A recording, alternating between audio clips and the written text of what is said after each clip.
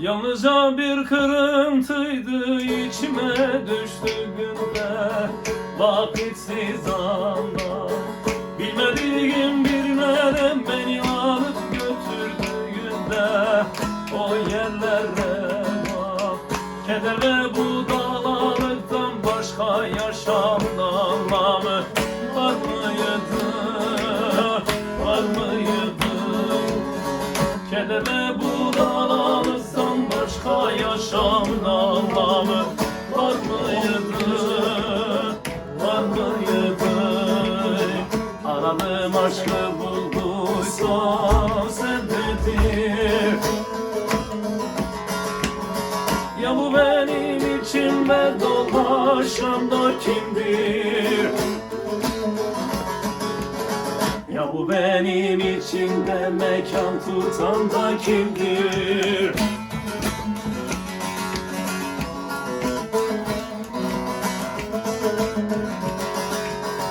Adem evvelinden beri bir yanımız noksandı. Neylere gel? Beni bu alemde divane gibi gezdiren sen de girmişsin. Geriye kalan yalnızca tanımadığım o tenimdir, o tenimdir. Geriye kalan yalnızca tanımadığım bu tenimdir, bu tenimdir. Aradım aşkı bulduysam sendendir. Ya bu benim içimde dolaşan da kimdir?